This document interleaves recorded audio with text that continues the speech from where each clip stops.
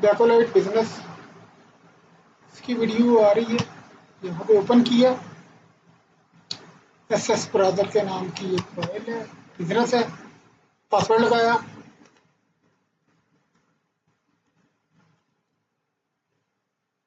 इसको मैक्सिमाइज किया, card file में गए, कार्ड लिस्ट में नॉन फाइनेंशियल डेटा है, कस्टमर, ये हमारे 98 के करीब कस्टमर है, वेंडर आ गए 29, एम्प्लॉई हमने तकरीबन 4 फीड किए हुए हैं, एक सरगोदा रखा हुआ है, राना शहजाद है, राना सुल्तान है, इस तरह करके ये ट्राई भी किया हुआ है। पर्सनल में कोई रिकॉर्ड नहीं है, कस्टमर को क्लिक किया, किसी भी कस्टमर को अगर हम डबल क्लिक करते हैं किसी के नाम को, इसको ठीक भी कर सकते हैं, यहाँ पे इसमें एड्रेस वगैरह लिखे हैं, फ़ोन नंबर वगैरह लिख सकते हैं, अगर नहीं भी लिखना तो नहीं लिखें। यहाँ पर हम इसके ना इसको फ़िल्टर भी लगा सकते हैं कि मीरपुर के अलहदा करें, सेलमैन के साथ इसको जोड़ लें, यहाँ पे मुख्तलिफ शहरों के नाम या कस्बों के नाम डाले होंगे, ये सारे डले हुए हैं यहाँ पे इसके अंदर। अगर नया डालना है तो उसको टाइप करके ईजी ऐड कर लें या न्यू कर लें। यहाँ पे इसको क्लोज किया, लेकिन दोबारा इसको देखा ये कहाँ पे है, इसकी डिटेल देखी, ये टोबा टैक्सिंग क्या है। तो अगर मैं इसको एयरपोर्ट में जाके, रिपोर्ट्स में जाके समरी में जाता हूँ, इससे कहता हूँ कस्टमर मुझे टोबा टैक्सिंग के बता, डिस्प्ले करवाया, ये उसने टोबा टैक्सिंग के कस्टमर हमें बता दिए कि ये उनके तो बैलेंस आ रहे हैं साथ आउटस्टैंडिंग, और ये सारा उसकी इंफॉर्मेशन आ रही है। इसको कस्टमाइज भी कर सकते हैं, कस्टमाइज करके इसको रिपोर्ट को आप इसमें कुछ मज़ीद चीज़ें ऐड भी कर सकते हैं, काम भी कर सकते हैं, ये इसके अंदर ऐड कर लें, स्प्रे करवाएं, ये मज़ीद इसके अंदर चीज़ें ऐड हो गई। अगर इसका स्क्रीन व्यू देखेंगे तो इसको हम ठीक भी कर सकते हैं, यहाँ से इसको अगर बंद करना है इसको बंद कर दें, इसको अगर आप कहते हैं कस्टमर टाइप को भी ख़त्म कर दें, इसको थोड़ा सा ऐसे करीब कर दें,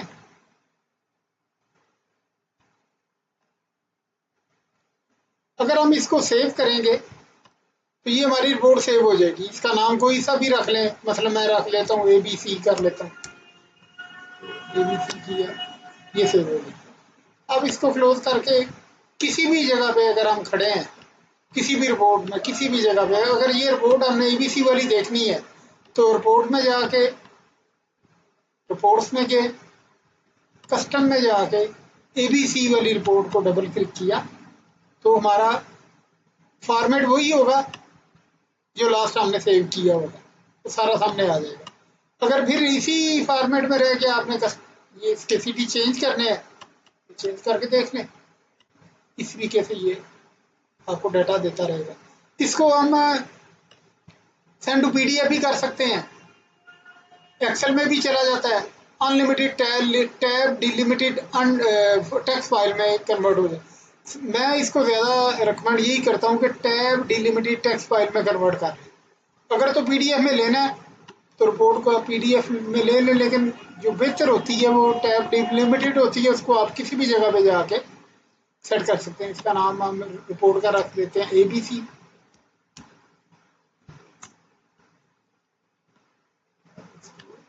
डेस्कटॉप पे देखते हैं कहाँ पे पड़ी है ये ABC, आ गई होगी यहाँ पे ABC का, ये ABC,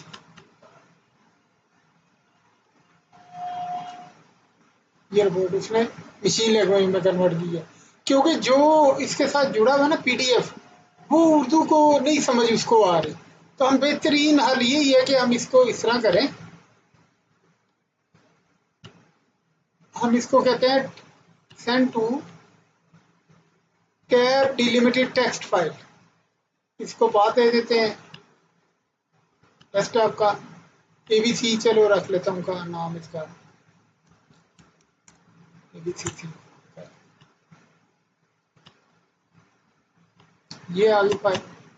इसको अब ये हमारे पास जो फाइल है ये इसको हम कॉपी करके एक्सेल में ले जाएंगे, वहाँ पे इसकी फॉर्मेटिंग कर सकते हैं, इसकी लाइनिंग कर सकते हैं, ये वहाँ पे फ्री हैंड आपको दे देता है।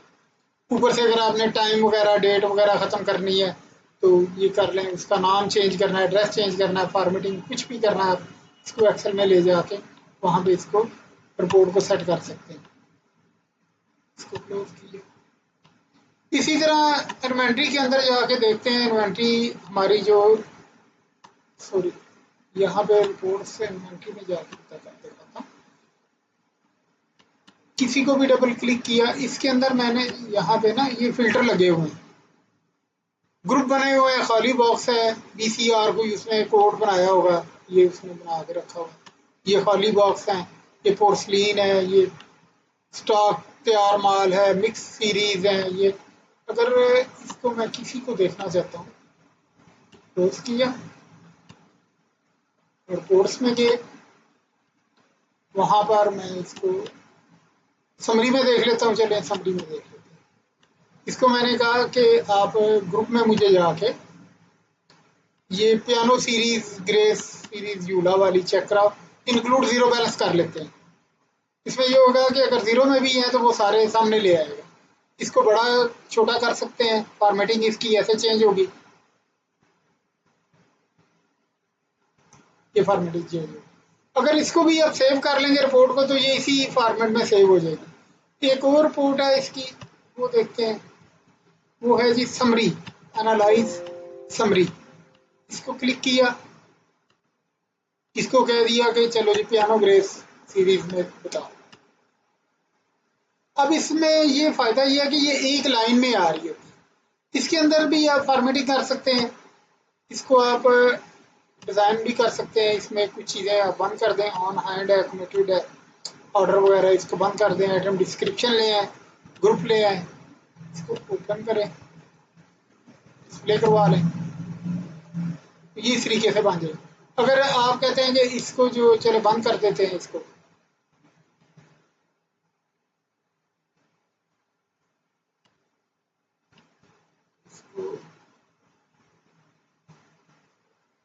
इनकी डायरेक्शन भी चेंज हो जाती है, आप इसको ड्रैग एंड ड्रॉप के जरिए भी चेंज कर सकते हैं।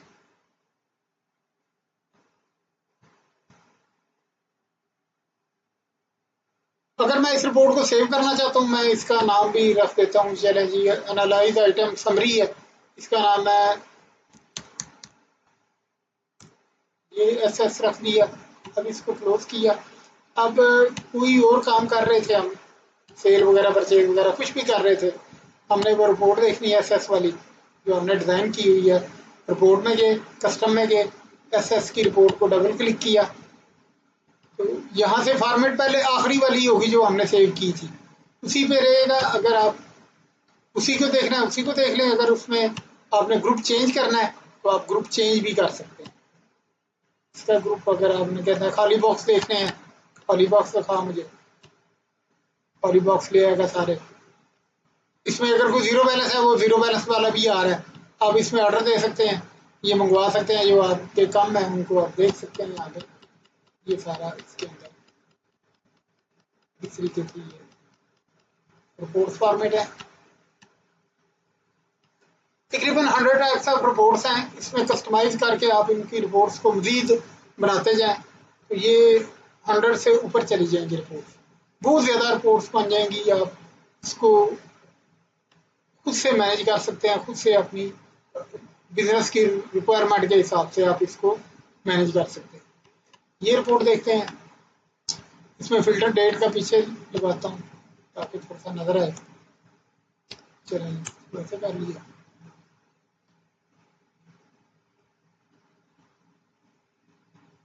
ये जरा बड़ी रिपोर्ट है, पीछे ज़्यादा फिल्टर मैंने दे दिया बड़ा। ये दे रहा है जी, आप देखें यहाँ पे आ गई जी, आइटम रजिस्टर बना रहे हैं, जो ऊपर वाले थे कम है उनको चले छोड़ देते हैं, नीचे आ।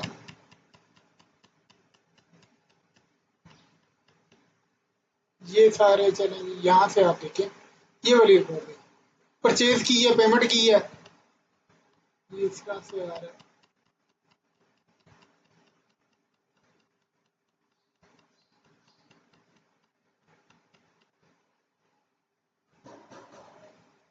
ये रिपोर्ट देखें आप,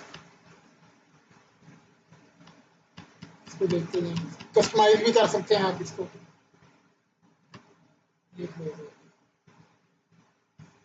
इसी तरह अगर आपने इनके प्राइस चेंज करनी है, सेट आइटम प्राइस में जाके आप यहाँ पे इनकी प्राइसेस अगर आपने चेंज करनी है, किसी के भी रेट चेंज हो गया तो एक ही दफ़ा आप सारे ग्रुप के रेट चेंज कर सकते हैं। कि यहाँ पे आप उनके रेट चेंज करते जाएं, ये रेट नीचे लगते जाएंगे और ये इस तरीके से चेंज होता जाएगा। इसका 25 था, इसका अब रेट चेंज हो गया, इसका ऊपर 26 हो गया, इसका 26 कर दें, ओके कर देंगे, ये अब 26 ही आपको नज़र आएगा। सेट आइटम पे नीचे जाके देखें, जो मैंने किया था 26 ही होगा। 26 आ गया। जो भी आपने चेंज करना है, अब ये नहीं है कि एक एक आइटम खोल के आपने इसको चेंज करना है रेट। अगर सैकड़ों आइटम है तो आप एक ही दफ़ा उनको ग्रुप, ये इसीलिए जो कोड बनाए गए थे ये ग्रुप के हिसाब से बने हुए हैं। देखो ना, ये कोड आप ग्रुप के हिसाब से आपको नज़र आ रहे हैं, तो इसी के साथ उसने रेट भी जो कैटलॉग होती है उसके हिसाब से ही उसने कोड रखे हुए हैं और ये ग्रुप आपस में सीधे हैं। जब आपने रेट चेंज करना है तो आप उन्हीं के अकॉर्डिंग करेंगे। ये नहीं होगा कि एक आइटम है अल्फ़ाबेटिकली कहाँ पड़ा है, एक कहाँ पड़ा है, तो उसमें तो बहुत ज़्यादा टाइम लग जाएगा रेट चेंज करने में। ये इस तरीके से। और अगर आप 1 बाय 1 रेट चेंज करना चाहते हैं, आप कहते हैं नहीं आइटम के अंदर जाके आपने करना है, तो इस तरह आप सेलिंग डिटेल में जाके उसका रेट चेंज कर सकते हैं। यहाँ पे देखें मैंने कुछ के साथ अदद लिखा हुआ है, ये नीचे एक यूनिट ऑफ मेजर में भी आ रहा है, ये अदद में होगा। अब चेक कर लेते हैं कि कोई दर्जन में है या नहीं। ये भी अदद में ही चल रहे हैं, ये तकरीबन मेरा अंदाजा है कि अदद में ही होगा, मे भी चंद आइटम हो जो दर्जन में हो, ये अदद में ही चल रहे हैं।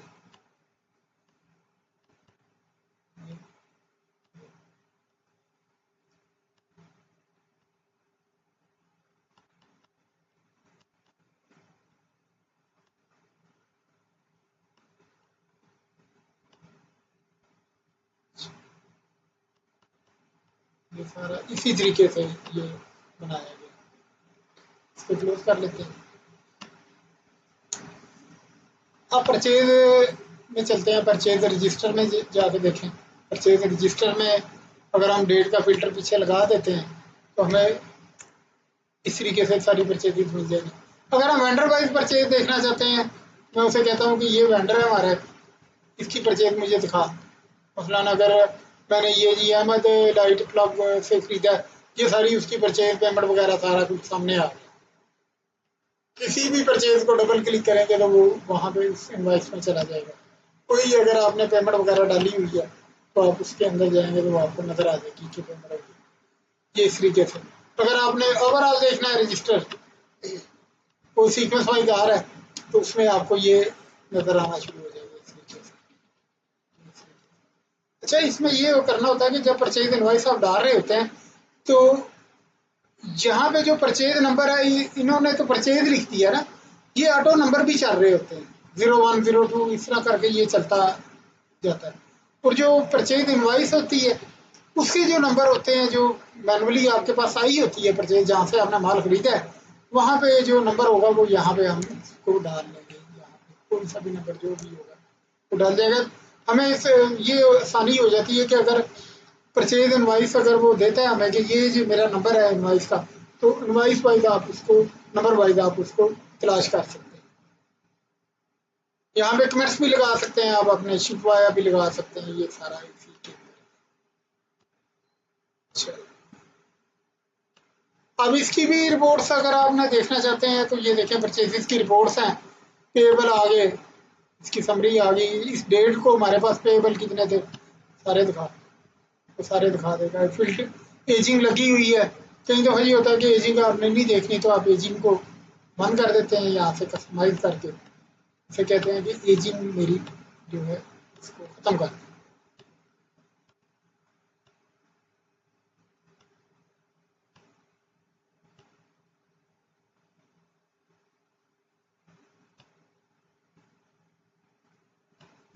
इस तरीके से डिस्प्ले करवा लें। इसका फॉर्मेट अगर आप मज़ीद सेट करना चाहते हैं, प्रिंट प्रीव्यू में देखना चाहते हैं, तो इस तरीके से ये आपको अगर एक्सेल पे ले जाएंगे तो सेंड टू टैब डिलिमिटेड कर लें, तो ये एक्सेल में ले जाए, वहाँ पे जाके इसकी फॉर्मेटिंग मजीद कर लें, इसको देख लें। इसी के बाद रिकॉन्सिलिएशन समरी है रिपोर्ट, इस डेट को पेबल एज ऑफ, बताओ उस डेट को हमारे पास क्या पेबल थे, वो सारे आ जाएंगे, सेम वही तकरीबन उसी जैसी रिपोर्ट है। उसके बाद आइटम परचेज समरी आ गई, आइटम वाइज बताएगा। अगर आपने एक आइटम देखना है तो वो सारी हमें डिटेल बता देगा कि जो उस आइटम की समरी आ जाएगी। इस तरीके से ये आइटम वाइज भी आ रही है। अगर मैं एक आइटम की ही कहता हूँ उसको मुझे समरी दे, तो कोई सा आइटम चले के आ लेते हैं इसको, ये वाला आइटम इस डेट से इस डेट तक दे, अगर तो परचेज हुआ है तो वो आ जाएगा, वरना नहीं, जो भी इसके साथ मामला हुए इस आइटम। इसी तरह परचेज रजिस्टर में वही सीक्वेंस जो उधर हमने रजिस्टर में देखा है, तो सेम एज इट इज यहाँ पे प्रिंटिंग आप उसकी ले सकते हैं। और यहाँ पे भी आप इसके साथ कस्टमाइज इस तरीके से कर सकते हैं कि आप किसी भी इनवाइस के अंदर जा सकते हैं। अगर आपने चेक करना है इसके अंदर जाके इसको चेक कर सकते हैं, ठीक करना है ठीक भी कर सकते हैं। ये हो गया। इसके बाद और भी रिपोर्ट्स हैं, वो अकॉर्डिंग टू द नीड आप अपनी बना लें। टू डू लिस्ट पेएबल है, ये देखें, ये इस डेट को पेएबल बता, अगर तो जनरेट कर दे, ये उसने इस डेट को हमारे पेएबल कितने थे वो सारे सामने गए। इसके अंदर देख लें कि कस्टमाइजेशन है या नहीं है, तो आप इसके अंदर भी अगर कोई डिज़ाइन करना चाहते हैं तो आप इसको डिज़ाइन कर सकते हैं।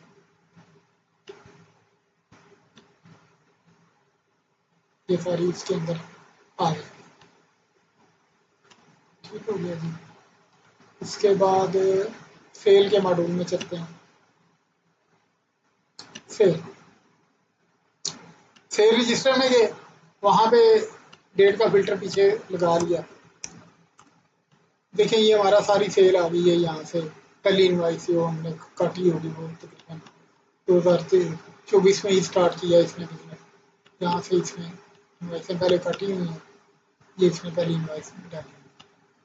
अच्छा, अब इसको भी देख लेते हैं कस्टमर वाइज। अगर आपने देखनी है यहाँ पे कस्टमर कर लें, तो इसका नाम ले लें, ये कस्टमर वाइज वो सारा कुछ रिकॉर्ड आ जाएगा आपके पास।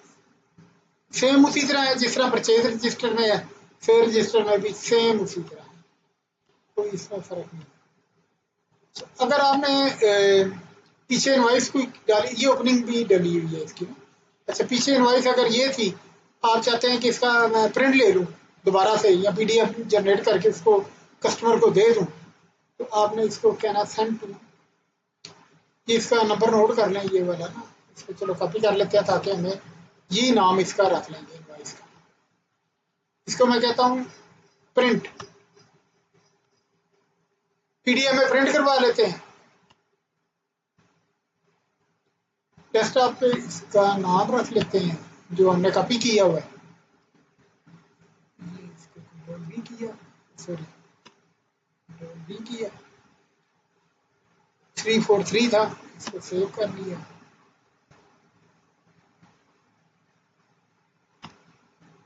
343 था हो गया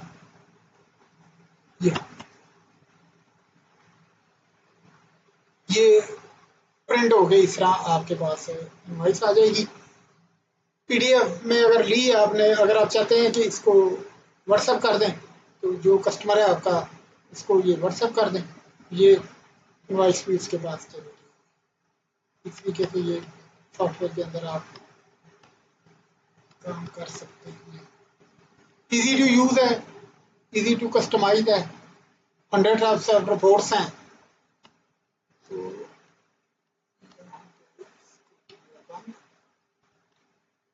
इसको खोलना दोबारा। अब इसमें अकाउंट लिस्ट में जाके देखते हैं कि यहाँ पे चार्ट ऑफ अकाउंट में ये कुछ एक्सपेंसेस के लेजर बने हुए हैं, अभी एक्सपेंसेस नहीं डले हुए इसके अंदर। ये सैलरीज के ग्रुप बने हुए हैं। इस तरह अगर आप मुख्तलिफ अपने सैलरीज के ग्रुप बनाना चाहते हैं वो भी बन जाते हैं। यहाँ पे एसेट में आपने एडवांसेस वगैरह दिए हुए हैं, उनके ग्रुप बना लें। तो जो आपका स्टाफ एडवांस लेता है उसको आप यहाँ पे लिख लें, उनके लेजर खोल लें। उसके बाद सैलरी में भी लेजर खुले होंगे। जब कटौती करनी है तो जर्नल एंट्रीज डालेंगे। जर्नल एंट्रीज की बता देता हूँ कहाँ पे डालनी। ये रिकॉर्ड जर्नल एंट्रीज है जिसमें आपने डेबिट क्रेडिट मैनुअली करना है।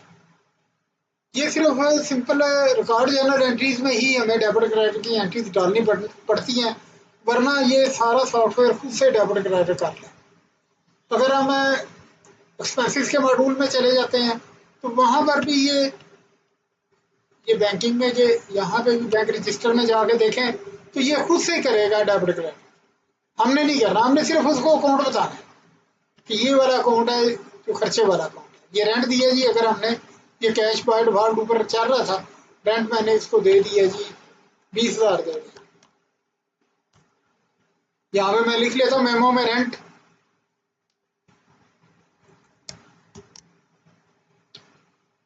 डेट उसकी डाल रहे हैं, चले जी आज की डेट ही आ रही है जो आज मैंने इसको मैं रिकॉर्ड कर देता हूँ।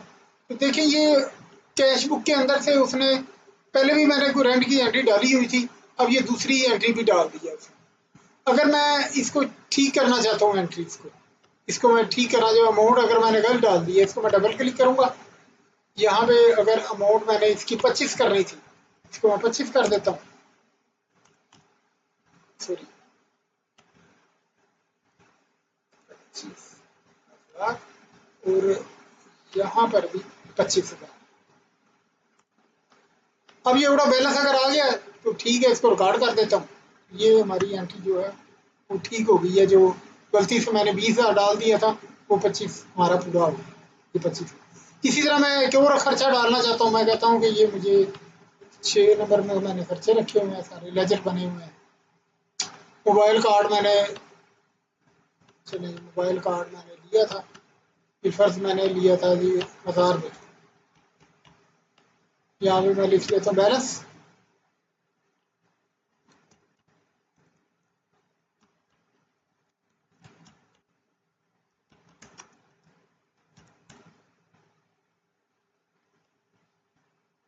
इसको भी रिकॉर्ड कर देते हैं।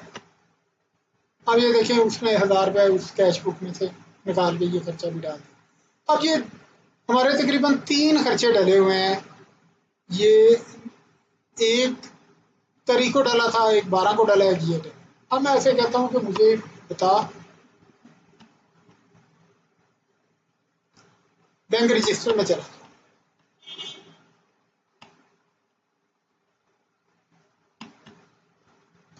एक दो से लेके अभी तक चलो बताओ।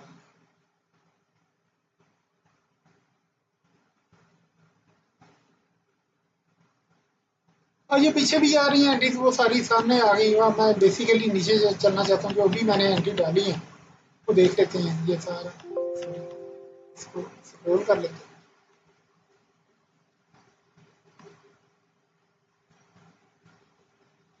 ये देखिए आपको नजर आ रही हैं 2 एंट्रीज। पहले एक रेंट की डली हुई थी, एक और डाली है, और ये एक मोबाइल बैलेंस की भी डाली है। ये बाकी पीछे तो आ रहे हैं, वो पैसे का लेन देन इसी के अंदर आ रहा है। तो इसी फाइल के अंदर अगर मैंने डाल दिया तो ये सामने आ गया। अब मैं उसे कहता हूँ मुझे दिखा प्रॉफिट एंड लॉस। यहाँ पे देखें जो बैलेंस शीट है, मल्टी स्प्रेड बैलेंस शीट आ रही है, लास्ट ईयर एनालिसिस आ रहे हैं, बजट एनालिसिस आ रहे हैं, इसी तरह प्रॉफिट एंड लॉस स्टैंडर्ड आ रहा है, मल्टी पीरियड स्प्रेड शीट आ रही है प्रॉफिट एंड लॉस में। मैं इसको कहता हूँ मल्टी पीरियड स्प्रेड शीट मुझे दिखा प्रॉफिट एंड लॉस। ये इसका फिल्टर लगा लेते हैं जी, 25 में चले चलते हैं, क्योंकि ये अभी हमारा मेरे ख्याल सितंबर में मैंने एंट्री डाली। मैं कहता हूँ सितंबर का प्रॉफिट एंड लॉस। अच्छा, ये एक मोबाइल का खर्चा है, एक पीछे को रेंट, और ये वाला जो रेंट, क्योंकि सेल अभी मैंने डाली नहीं है, वरना ये सेल भी लिया। और मैं उसे कहता हूँ कि मुझे ना दिखा मल्टी पीरियड स्प्रेडशीट बड़ा करके दिखा।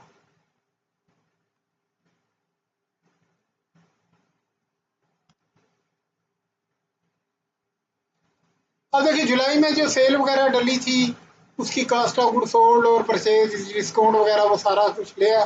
सितंबर में मैंने, अगस्त में भी कोई खर्चा वगैरह नहीं डला था।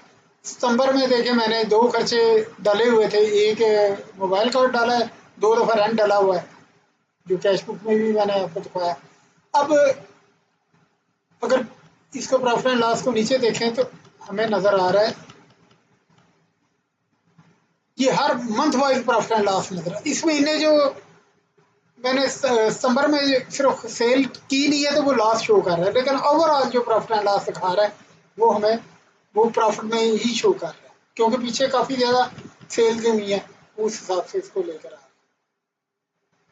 इसकी प्रॉफिट एंड लॉस होगी, अगर सिंपल प्रॉफिट एंड लॉस उसे कहता हूँ तो सिंपल दे देगा, जून का, जुलाई का, अगस्त का, सितंबर का, जिसका भी कहूँगा उसको मंथ वाइज मुझे दे देगा। सितंबर का मैं कहता हूँ मुझे दे, सितंबर का दे देगा।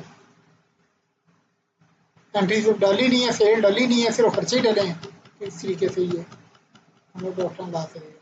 4 level of chart of account है इसके अंदर, मतलब मैं ऐसे कहता हूँ कि मुझे ना लेवल 1 पे दे,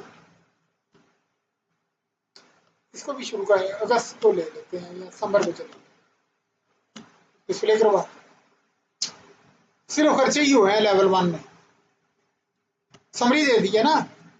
अब यहाँ पे मैं कहता हूँ लेवल 2 में जा, डिस्प्ले करवाता हूँ, लेवल 2 में थोड़ा सा मजीद उसकी सम डिटेल आ गई।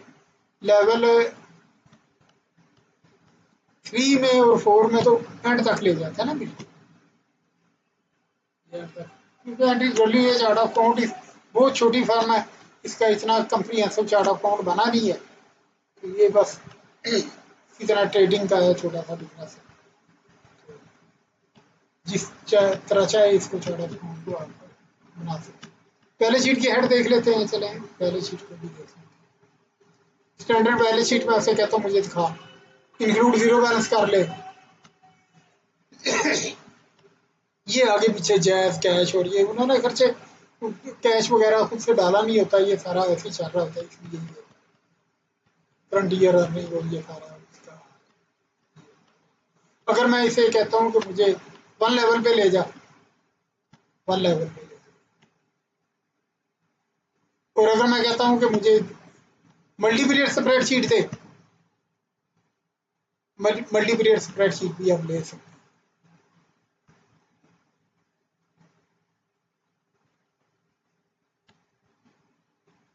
ये पीछे इसको मैं कहता हूँ लेवल सारे यूज कर और कर,